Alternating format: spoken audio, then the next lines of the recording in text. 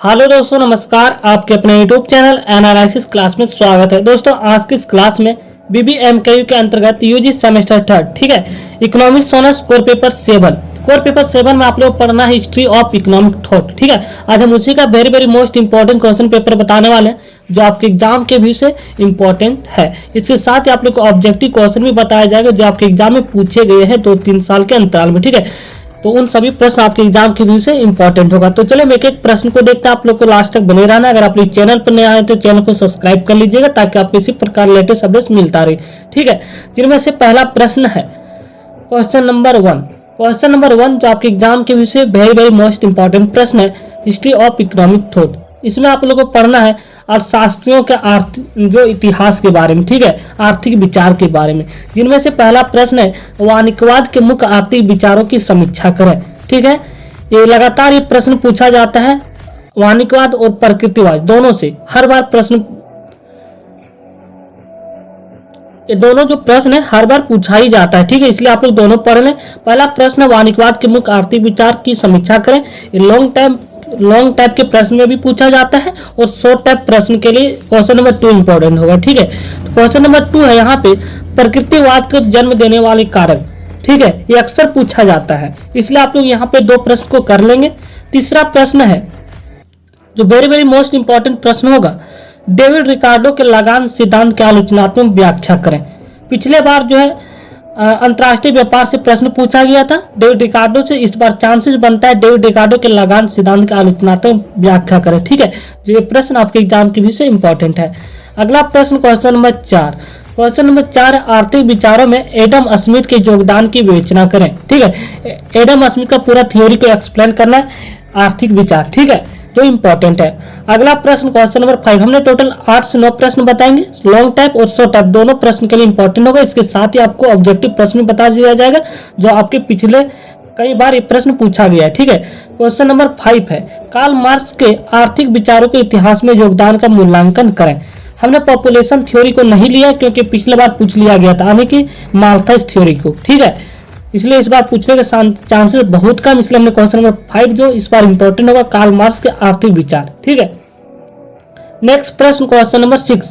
Question number 6 है आर्थिक विचारों में अमर्त्य सेन का योगदान लिखिए। अगर आप इकोनॉमिक ऑफ आइडियाज में जाएंगे तो इनमें आपको 4 टॉपिक पढ़ना है, अमर्त्य सेन के बारे में, महात्मा गांधी के बारे में, अभिजीत बनर्जी के बारे में और कौटिल्य के बारे में। तो इनमें से अगर पिछला बार जो है महात्मा गांधी के बारे में प्रश्न पूछ लिया गया, 2 प्रश्न पूछा गया, इसलिए महात्मा गांधी का इकोनॉमिक आइडियाज इस बार नहीं पूछा जाएगा। इस बार जो अमर्त्य सेन के बारे में पूछना लगभग 99% चांसेस है।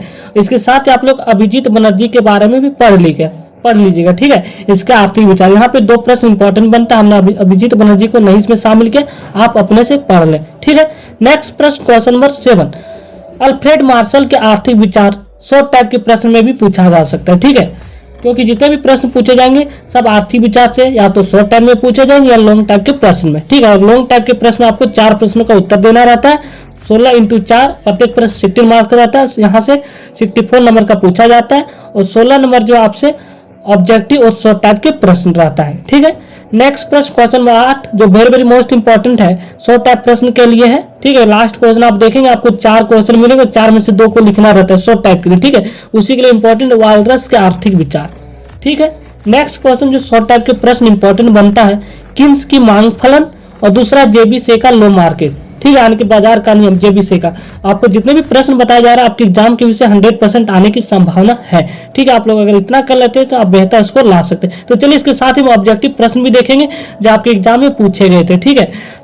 जैसे कि आप यहाँ पे देख सकते हैं author of wealth of nation, ठीक है। निम्नलिखित प्रश्नों में सही का उत्तर चुनकर आपका ऑप्शन भी रहेगा, यानी कि प्रश्न पूछा गया वेल्थ ऑफ नेशंस के लेखक कौन है, जो इंपॉर्टेंट है, वेरी मोस्ट इंपॉर्टेंट प्रश्न इस बार के लिए भी, ठीक है।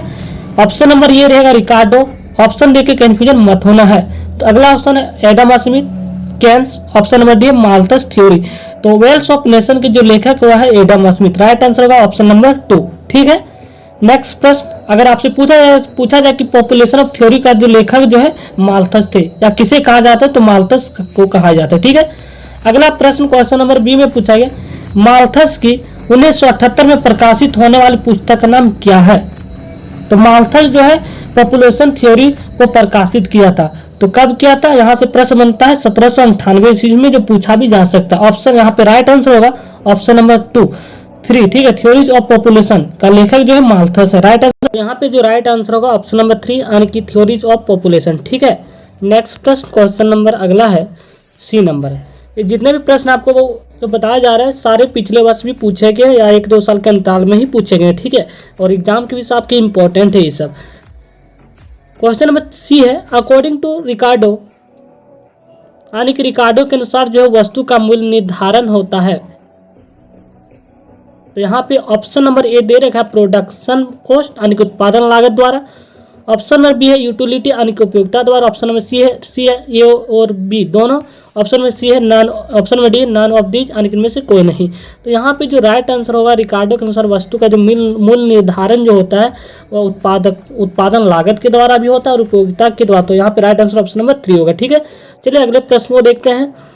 और अगला प्रश्न question number D, very very most important प्रश्न है। Supply creates it's on demand यानी कि पूर्ति अपनी जो है अपनी मांग स्वयं पैदा करती है, किसका कथन है। Option number A Pigou, option number B है यहाँ पे Marshall, option number C JBC, option number C Ricardo. तो यहाँ पे राइट आंसर हो जाएगा ऑप्शन नंबर 3 जेबीसी, ठीक है। नेक्स्ट प्रश्न ई में पूछा गया कि गांधी जी निम्नलिखित में से किसके पक्ष में नहीं थे, ठीक है।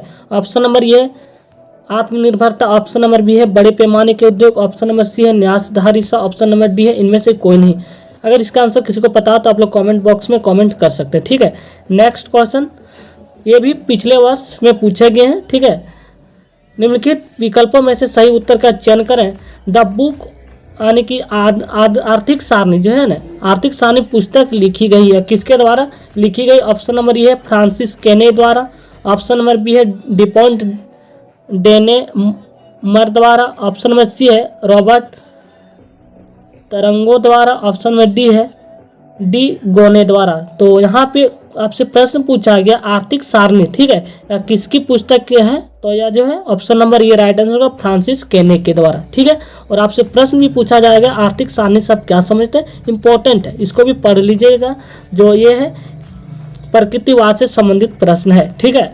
नेक्स्ट प्रश्न क्वेश्चन नंबर बी में पूछा गया वानिकवाद को अन्य नाम से भी जाना जाता था। ऑप्शन नंबर ये है कोल्बर्टवाद, ऑप्शन नंबर यहाँ पे बी है प्रतिबंधित आर्थिक सारणी, ऑप्शन नंबर सी है कैमेरियलवाद। तो यहाँ पे राइट आंसर होगा कैमेरियलवाद, राइट आंसर होगा, ठीक है। ऑप्शन नंबर डी इनमें से सभी, तो यहाँ पे ऑप्शन नंबर सी होगा, ठीक है। नेक्स्ट प्रश्न क्वेश्चन नंबर सी में पूछा गया एडम स्मिथ के अनुसार श्रम विभाजन की पूर्व शर्त क्या है। इंक्रीज प्रोडक्शन यानी उत्पादन वृद्धि, ऑप्शन नंबर बी है बाजार विस्तार, ऑप्शन नंबर सी है मांग एवं पूर्ति, ऑप्शन नंबर डी है आयात। तो यहाँ पे राइट आंसर होगा बाजार का विस्तार, ठीक है, ऑप्शन नंबर 2। नेक्स्ट प्रश्न और आखिरी प्रश्न होगा, ठीक है, ऑब्जेक्टिव प्रश्न का। The book principle of economics या किसके द्वारा लिखा गया, ठीक है, प्रिंसिपल ऑफ इकोनॉमिक्स। तो यहाँ पे राइट आंसर होगा ऑप्शन नंबर ये है 1776, 1932, 1890, 1936। तो आपके प्रश्न में ये नहीं पूछा गया है कि आपके प्रश्न में पूछा गया कौन से वर्ष में प्रकाशित किया गया था, ठीक है, प्रिंसिपल ऑफ इकोनॉमिक्स, ठीक है, was published in the year. तो यहाँ पे जो राइट आंसर होगा ऑप्शन नंबर 3, ठीक है, 1890 ईस्वी में प्रकाशित किया गया था प्रिंसिपल ऑफ इकोनॉमिक्स।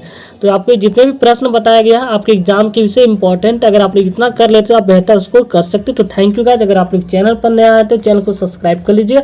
चलिए आज के लिए धन्यवाद, मिलते हैं नेक्स्ट वीडियो में, धन्यवाद।